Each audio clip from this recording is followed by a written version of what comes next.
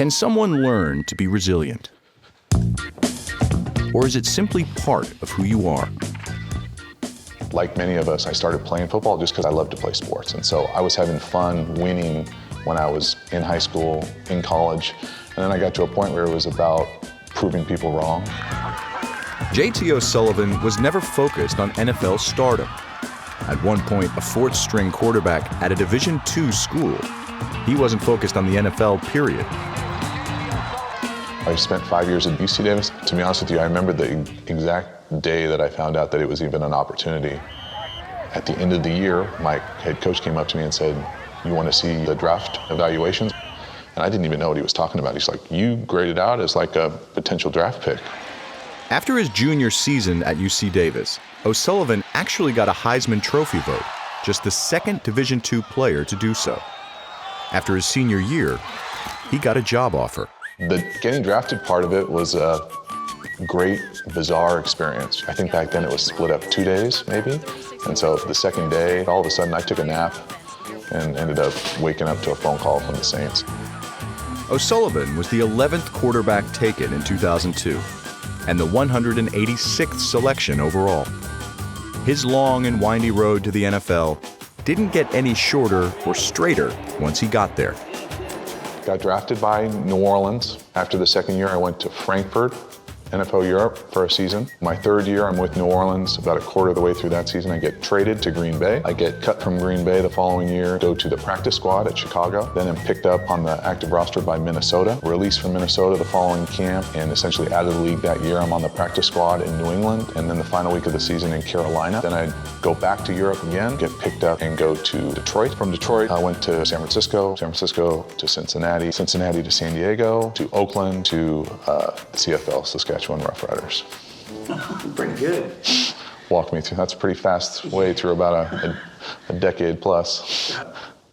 I'm from a Navy family, so for me, the moving, it was really a lot like military family. It wasn't always the glamorous life. You know, we spent Christmas in an extended stay hotel in Minnesota, and that wasn't always the most awesome part, but he felt so lucky because he got to live his dream. And so for him to be playing in the NFL, he never complained. His first game action was taking a knee twice for the Packers in 2005, his third team in 3 years. His first touchdown pass didn't come until year 6. Was backing up John Kitna in Detroit. I came in, I don't remember exactly when it happened in that game, but it was essentially a jump ball to Calvin. And so I didn't have to do much. O'Sullivan looking more comfortable out there now. Looking left, throws it up. Once Calvin Johnson, touchdown Detroit Lions. 69 switch is good. We get back to those are all good balls. After his second stint in Europe, O'Sullivan landed in 2008 with the 49ers, his 10th team. We went to go check him out at training camp, and he's like, "They said I'm going to be the starter." And going into camp, he was like the third string guy. Mike Martz has a new student, and it's a guy that not many people have heard of before. His name is J.T. O'Sullivan. 5 NFL games in 5 years. And I always believed in him.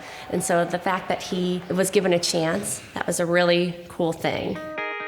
It was so much fun to play. I mean, it was a combination of working so long to get that opportunity, but then really just the immersing yourself and being the guy that gets to go out there, run out there on an NFL field and play quarterback. I mean, it's a dream for so many people, and I got a chance to do it. O'Sullivan started 8 games for the Niners.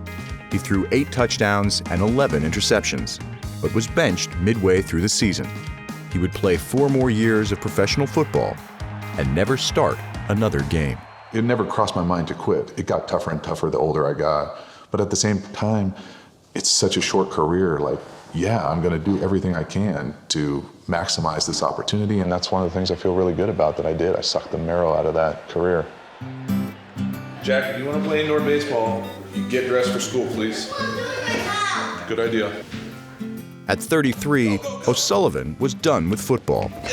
He left as quietly as he came. Safe. But he hadn't given up on his drive. About halfway through my career, that year I was out of the league, I decided to go back to school in the off season. And so I was going back to school to get my master's and realized that I kind of liked going to school as just a student. But one postgraduate degree wasn't enough. After his master's, O'Sullivan went chasing a PhD. I always say he's a jock but a nerd, and I love nerds, so I married the nerd. I mean, you can see his library. He loves reading. So this is essentially what a PhD looks like as far as books. All my research stuff. This is the hard copy of what a PhD looks like. All the classes, dissertation. And then there are a few nuggets of football in here you can see. Got my first touchdown pass to Calvin, but there's no room for a jersey in here. We're like 13 helmets, so. The whiteboard is kind of carryover to football world because for a long time I thought in whiteboard. You know, you spend so much time in the meeting rooms and game planning. So every month I would set up my plan for where I was at with my dissertation, the date that it happened on, and then these times on the right are actually my rehearsal time. So I learned that any time I really needed to give a presentation or prepare for something, if I do it 10 times, I feel pretty confident. So the guy who led an NFL depth chart for 8 weeks of an 11-year, 15-stop career set off to defend his dissertation on leadership studies. JT, it's all yours. Thank you. Good morning. Leadership was something that I took a lot of pride in as a quarterback and thought I was kind of almost like a leadership junkie as far as reading books about it, but I didn't necessarily know the academic theory behind it. Out-of-body experience. Thank you, Dad. Thank you. Appreciate it. So close. Oh, goodness. I think it's gonna be like a lifelong learning journey for him, which I think is great for our children to see that, yeah, it's cool Dad played in the NFL, but what's even cooler is that he's, trying really hard in school. Well, I wanted to be the first to congratulate you. Thanks so much. Dr. O'Sullivan. Great work, JT. Great work. I understood that I was going to maximize my opportunity and know that I left absolutely everything I possibly could in it. And I wanted to walk away knowing that I exhausted all my options, that I tried as hard as I could. Ready, Jack? Right, ready? Let's do it, buddy. People always say that you have so many transferable skills, you can do so many things afterwards. And in reality, I think that resilience element of it was probably something that I didn't realize when I was going through it. See you tomorrow, Bridge. But it was really translated over into my next phases of life.